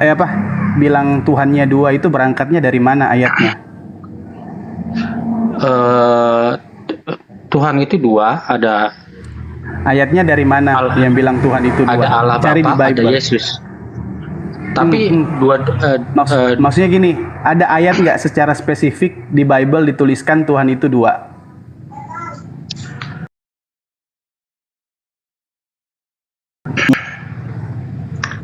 Coba pakai ayat Pak.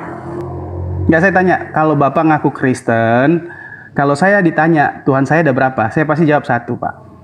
Kalau Kristen kalau Bapak bilang Tuhannya Kristen ada dua, saya cuma mau tanya balik ke Bapak, di mana di Bible yang tulis Tuhan itu dua? Ada ayatnya nggak? Ya ayatnya itu, Yesus tidak berbapa kan, berarti kan dia ciptaan baru. Artinya dia bersih baru. dari warisan dari buah kuldi. Dia bersih. Jadi dia ciptaan sama seperti Adam dulu. Waktu pertama kali diciptakan. Berarti nih Terus Yesus saya mau tanya lagi. Kurang lebih nih Yesus itu kayak Highlander gitu loh. Atau kayak Wolverine gitu. Dia nggak akan bisa mati. Itu jauh banget Pak. Penafsiran Bapak jauh banget. Terus tadi saya sempat dengar Bapak bilang bahwa Adam itu lahir dari ada biologisnya, ya kan? Ya. Kalau Bapak baca Alkitab, Adam tidak dilahirkan. Jadi nggak ada keturunan biologisnya. Gini loh, Pak. Mana ayatnya, mana dasarnya bilang Adam itu lahir dari keturunan biologis? Ini tafsir lah ya, boleh dibilang tafsir saya pribadi lah ya. Pokoknya intinya Ya, gini loh. jangan begini. Bapak mengaku Kristen, terus bilang yang di luar dari Bible. Teman-teman kita di Muslim ini mengerti apa yang kita bahas. Tetapi yang jadi masalahnya, kalau kita mengaku Kristen tapi tidak keluar dari jalurnya Kristen. Kalau Bapak ini mengaku Kristen tapi sudah jauh keluar dari jalurnya Kristen, Pak. Jauhnya di mananya ya? Satu, yang tadi bilang Tuhannya orang Kristen itu ada 2, itu udah keluar. Harusnya berapa? 2, yang dibilang Makanya kata hostnya tadi Adam itu lahir dari keturunan biologis, itu udah jauh banget. Bible tidak menjelaskan bahwa Adam itu lahir dari keturunan biologis. Nah, itu kan Bapak sudah mengkarang ria, mengarang sendiri, tafsir sendiri yang tidak sesuai dengan kebenaran firman Tuhan. Jadi, saya cuma mau luruskan gini, Pak. Bapak kalau ngaku-ngaku Kristen, saya nggak apa-apa Bapak mau berasumsi atau apa, tapi setidaknya asumsi Bapak ini harus selaras dengan Bible. Biar teman-teman Kristen yang dengar juga, walaupun teman-teman kita kaum Muslim yang itu tidak sependapat, tapi setidaknya asumsi Bapak itu selaras dengan Bible gitu loh. Kalau ini sudah jelas, jangankan Bang Juma, saya aja membantah penyertaan pendapat Bapak, apalagi Bang Juma, apalagi teman-teman kita yang Kristen gitu. Gini loh Pak. Ini apa namanya, keyakinan saya pribadi ya. Jadi perasaan Tuhan sama Adam itu sama dengan perasaan Bapak sama anak-anaknya Bapak gitu. Jadi kalau misalnya saya cubit anaknya Bapak pasti akan pukul saya kan? Sama Tuhan juga pasti. Misal saya cubit anaknya Bapak pasti marah dong. Marah iya, tapi nggak mungkin saya balas.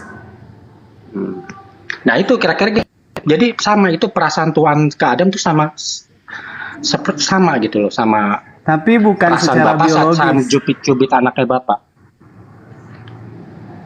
Tapi bukan jadi Adam itu bukan lahir secara biologis ya Pak ya. Saya cuma meluruskan. Iya betul. Iya kita tahu. Iya. Sekarang kita lihat nih, kita baca kitab Kejadian nih, kita kedua. Dibilang kalau Adam itu serupa dengan Allah gitu, serupa dengan Allah. Terus kalau bukan anak, apa dong? Gini Pak, ada nggak anak Bapak yang mirip sama Bapak? Gini, yang dimaksudkan serupa itu bukan berarti wajahnya sama, tapi serupa itu kita mempunyai akal dan pikiran gitu. Nah itu asumsi. Ada akhlaknya di situ. Loh enggak, lebih asumsi lagi. Saya asumsi tapi selaras dengan Bible. Ini kalau teman-teman Kristen yang mengerti, mereka pasti ngerti.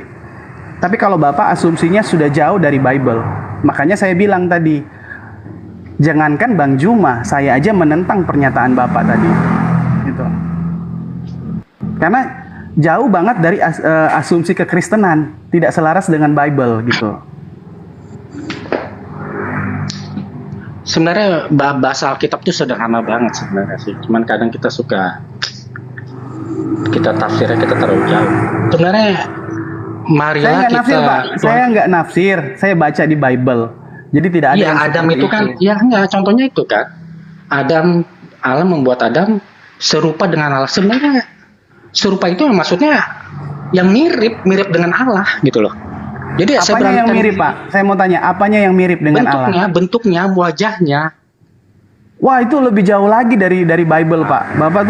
Bapak tuh sudah lebih jauh lagi mengartikan, mentafsirkan Bible. Coba deh Bapak baca baik-baik, belajar lagi tentang Bible. Karena kasihan loh. Sama-sama belajar lah. Kalau saya juga belajar, sampai sekarang saya belajar. Saya ngambil, sudah selesai studi saya program S2, saya juga ngambil sekarang program S3. Gitu. Jadi saya juga masih belajar Pak. Tetapi setidaknya Bapak belajar dulu, jangan langsung. Saya rasa teman-teman di sini yang dengar pernyataan Bapak juga akan sama. Saya nggak setuju. Apalagi teman-teman kita yang kaum Muslim, mereka lebih nggak setuju lagi. Dan saya sudah nggak heran kalau mereka nggak setuju. Memang memang pemikiran mereka seperti itu dan harus dihormati. Tetapi kalau Bapak mengaku Kristen dan asumsinya keluar dari Bible, pernyataannya keluar dari Bible, tidak selaras dengan Bible, itu loh bahaya, Pak. Iya, saya mengaku Kristen karena saya mengimani penyaliban Yesus. Tapi masalahnya dua, Pak. Iman Kristen yang sebenarnya hanya mengakui Yesus itu, Tuhan itu cuma satu, gitu loh. Dan dari narasi Bapak tadi saya sempat Tritunggal itu apa? mendengar. Tritunggal itu apa? Tritunggal itu apa? Sekarang begini, Pak. Bapak cari ayat di mana yang bilang bahwa Kristennya orang Kristen itu dua. Ada ayatnya nggak? Nggak ada yang bilang dua. Jelasin Tritunggal dulu deh. Tritunggal, jelasin dulu deh. Saya ngerti, Pak, tentang Tritunggal.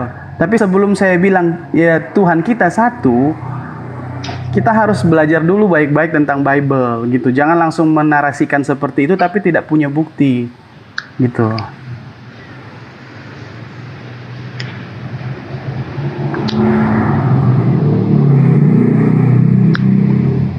Makasih. Bang Zuma, lanjut Bang Zuma, teman-teman. Iya, baik. Saudara-saudara yang lain ya. Jadi kalau dipahamkan oleh saudara kita Masaha tentang Tuhan itu dua ataupun tiga, ya, dengan asumsi beliau itu sudah melanggar Amsal 3 nomor 5. Karena Amsal 3 nomor 5 itu harus berpegang teguh kepada firman Tuhan, bukan kepada asumsi pribadi. Nah, kalaupun teman-teman Kristen ada dari golongan lain mengatakan Tuhan itu tiga pribadi, kami Islam pun membantai itu. Karena sebenarnya Tuhan itu cuma satu, nggak dua apalagi tiga. Nah, mungkin pendalaman kajian-kajian Kristolog yang menerangkan itu bahwa Tuhan itu tiga pribadi, tiga pribadi satu hakikat. Ada juga yang mengatakan tiga hakikat satu pribadi. Itu bermacam-macam. Tapi pada intinya kalau kita melihat kitab yang kita pegang, Tuhan itu satu. Terlalu jauh abang saya ini, saudara saya mengatakan Tuhan itu dua. Kalau Anda mengatakan Tuhan itu dua karena Yesus anak Tuhan, berarti Adam juga anak Tuhan. Anak-anak Adam juga Tuhan berarti. Berarti Tuhan itu tidak dua.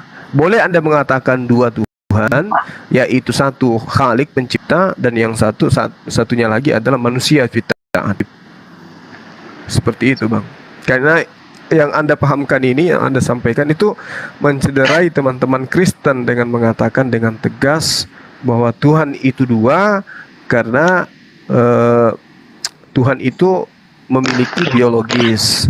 Apalagi Anda mengatakan bahwasanya Tuhan punya keturunan. Itu sangat mencederai kekristenan. Tapi itu hak saudara, kita tidak ada larangan untuk kemudian memaksakan.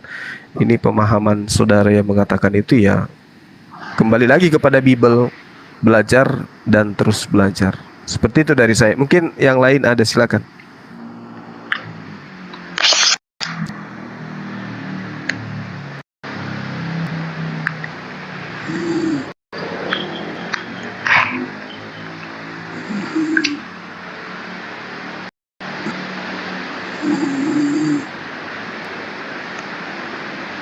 Oke, teman-teman, saudara saya Akhi Cinta Selawat, mungkin ada yang mau ditambahkan? Silakan.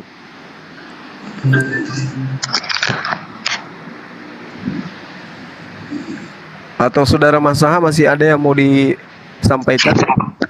Ya, udah cukup kayaknya, cukup. Ya, cukup kayaknya, Bang. Cukup. Oke. Mungkin host ada teman kita yang lain mau dinaikkan dari Islam, saya boleh diturunkan. Saya mau ibadah dulu sebentar. Host Uti Hesti. Oh, beliau istirahat kayaknya. Bang Zuma, boleh tanya nggak? Boleh. Bang Zuma di mana? Daerah mana, Bang Zuma? Saya di Makassar. Saya Makassar, Bang. Oh iya. Saya Manado, Bang. Dekat. Ya. Dekat berarti kita. Iya, satu pulau. Saya utaranya, abang selatannya. Iya betul. Biasa ke Makassar. Saya cuma sekali ke Makassar. Iya, cuma sekali ke Makassar. Kalau di Jakarta sering. Nanti Iya, kalau iya. ke Manado kabarin ya, Bang Suma.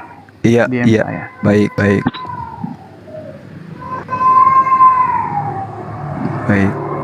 Kalau Iya. ke Makassar juga berkabar. Oh ya. Oh, orang tua saya, ayah saya memang orang Bugis. Oh, Bugis. Ya. Allah. Akbar. Orang mana? Orang Bugis. Sopeng. Iya. Wah. Ya, orang Sopeng. Tapi kalau Orang ngomongnya Bang Juma nggak ada Makassar-Makassarnya, Bang.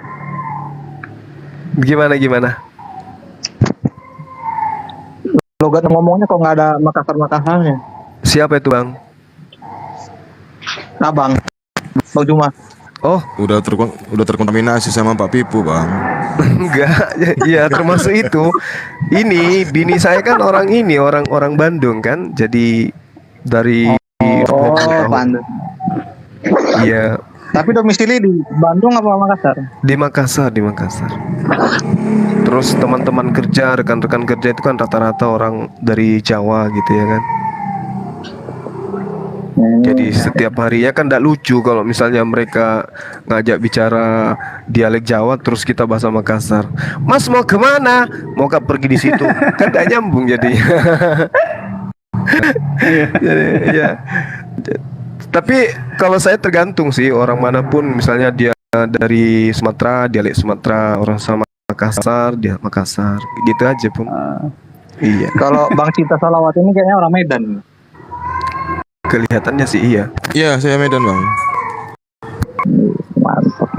Logatnya logat Medan kali ya kan. Beda. Iya, Saya Medan. cuma orang tua saja, Ya, Bang. orang Bang Jom. sana. Sopeng itu tanah bangsawan di sana tuh. Banyak. Iya, cuma sekali, itu pun bukan di Sopengnya, tapi cuma ke Makassarnya, di kotanya. Karena saya besar di Manado, lahir di Manado, besarnya di Jakarta. Oh gitu. Tapi sekarang udah balik di Manado ya? Iya. Bang, ya? Stay di Manado karena ada tugas dan pelayanan di sini, kita stay di sini jadinya. Iya. Terus orang tua saya laki-laki itu dia memang Muslim awalnya. Masya Allah. Dulu kan pernikahan itu masih bisa masing-masing ya kan. Iya. Nah, jadi dulu orang tua laki-laki saya sama orang tua perempuan saya, mama saya itu kan orang asli Manado, orang Minahasa sini. Nah, menikahlah mereka, dapatlah saya. Iya, Gitu, iya, dapatlah iya. saya. Dan ketika dapatnya saya belum Kristen banget sih, masih Kristen keturunan tapi pemikirannya ateis gitu. Iya. Iyalah, setelah menjadi seperti sekarang kan ada hasil yang didapatkan dari sebagai tokoh gitu kan, dari jemaat, ya, dari pengabdian Sama. kepada umat kan gitu. Itu ya. Banyak saya juga saudara-saudara orang Makassar di sini, orang Bugis, orang Sopeng banyak. Ada yang ustadz malahan. Kami kalau ketemu biasa kok. Bahkan saya sering diundang kalau hari besar mereka, Lebaran, saya disuruh main gitu, main ke rumah.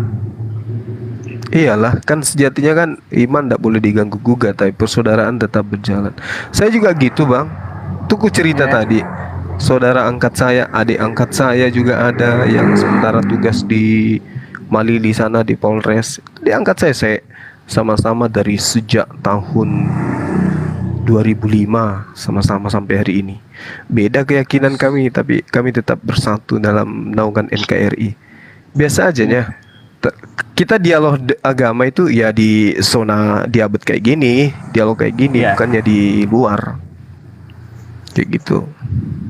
Bang Suma pernah berdiskusi sama pendeta yang sudah nggak pendeta sekarang dia. Siapa tuh, Bang? Pernah dengar? Saya lu. Siapa ya? Siapa? Dia tetap Kristen.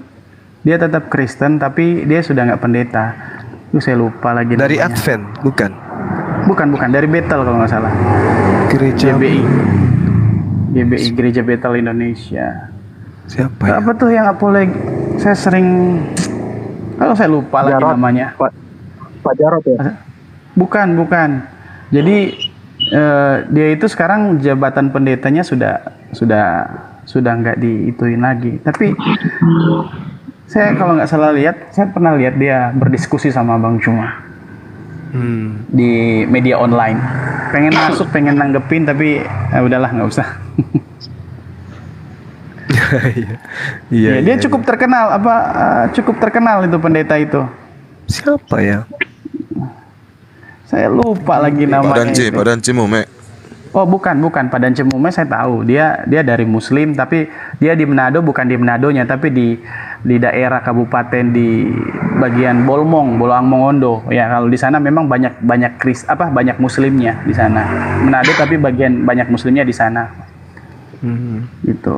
Kalau bukan Pak Dance Mume. Kalau yang pendeta ini dia tetap Kristen, tetapi jabatan pendetanya sudah tidak ada lagi karena sudah ditarik jabatan pendetanya. Ibaratnya kata kasarnya dia pecat lah. Tapi dia masih Kristen.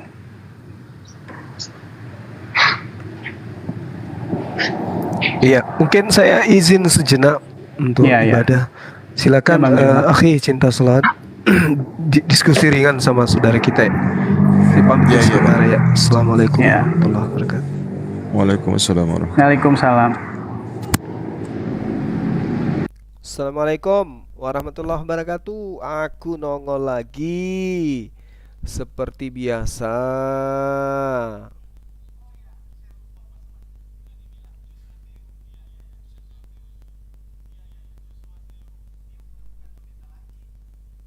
Iya, Joshua Teu. Dia udah bukan pendeta lagi. Dia masih Kristen, imannya masih Kristen. Tetapi gelar kependetaannya sudah nggak lagi. Tapi dia masih Kristen tulen kok. Gitu, teman-teman dengar nggak bahwa pendeta Joshua Teu itu sudah dicabut kependetaannya. Sudah dicabut kependetaan daripada Joshua Teu. Hostnya kemana nih, host? Gara-gara saya lalat kemarin itu. Tidur, capek ya. Bang Christian. Ya. Pentasan aja. Kemudian, Tadi ada itu pertanyaan. Siapa? Joshua Teu ini nggak ini lagi. Bukan karena pensiun, tapi dicabut. Mungkin karena kasus tai lalat yang kemarin itu ya. Oke, teman-teman, kita akhiri ya. Ada beberapa lelucon yang ditampilkan tadi, diantaranya ada yang mengaku Tuhannya dua, ya kan gitu ya. ada yang diajarkan bahwasanya Tuhannya dua, kemudian dibantah lagi oleh pendeta Kristen, dan pendeta Kristen ini ternyata lagi sekolah lanjutkan S3 gitu, S3 untuk kemudian studi terkait dengan penginjilan kayaknya. Tapi kalau S2, S3 dengan argumen-argumen seperti yang tadi itu kan kasihan ya kan. Tidak mampu kemudian memberikan satu data akurat terkait dengan apa yang diimani. Makanya saya katakan tadi bahwasanya ini hanya terkait dengan finansial, karena Anda sudah mendapatkan hasil dari menjadi tokoh agama Anda, karena itu mendapatkan penghasilan besar di sana. Nah, dia katakan bahwa dirinya asalnya dari Sopeng ya. Sopeng itu daerah Bugis, terkenal dengan kelelawarnya yang ada di sana, teman-teman. Memang di sana tempat ini salah satu titik kristologi, misionaris, titik pemurtadan di sana. Makanya saya terpanggil kemudian untuk tampil sebagai apologet. Itu salah satu penyebabnya itu adanya kota di kabupaten, ada jarak kurang lebih 300 km ya, kurang lebih dari kota Makassar ini, menjadi sasaran empuk para misionaris. Itulah kota Sopeng, dan ternyata itu sudah lama sekali. Umat Islam, dasar umat Islam itu tidak ada Islamologi, tidak menyadari, akhirnya ya kayak gitulah sekarang yang ada di sana, di kota Sopeng ini. Nah, mudah-mudahan kita doakan teman-teman atau tokoh-tokoh agama yang ada di sana bisa memberikan dakwah yang berkesinambungan sehingga umat Islam bisa semakin kuat dan mengembalikan orang-orang yang sejatinya murtad karena faktor ekonomi aja gitu. Nah, kita lihat ayahnya dari Sopeng kemudian murtad menikahi wanita Manado sehingga dia juga mengaku sebagai anak Manado gitu ya, menjadi seorang Kristen gitu. Baik teman-teman, habis ini kita akan lanjutkan lagi, kita ibadah dulu. Mudah-mudahan ada dari pihak Kristen yang bisa berdialog lebih baik dan juga teman-teman kita dari Islam yang bisa memberikan materi kristologi ya, agar kita semua bisa belajar dengan baik. Saya kira begitu. Selamat menunggu detik-detik berbuka puasa. Kiranya Allah memberkati kita, menerima semua amal ibadah puasa kita. Demikian, subhanakallahumma bihamdi, asyhadu an la ilaha illa anta, astaghfiruka wa atubu ilaihi. Salam tauhid, salam satu Tuhan. Allahu akbar. Assalamualaikum warahmatullahi wabarakatuh.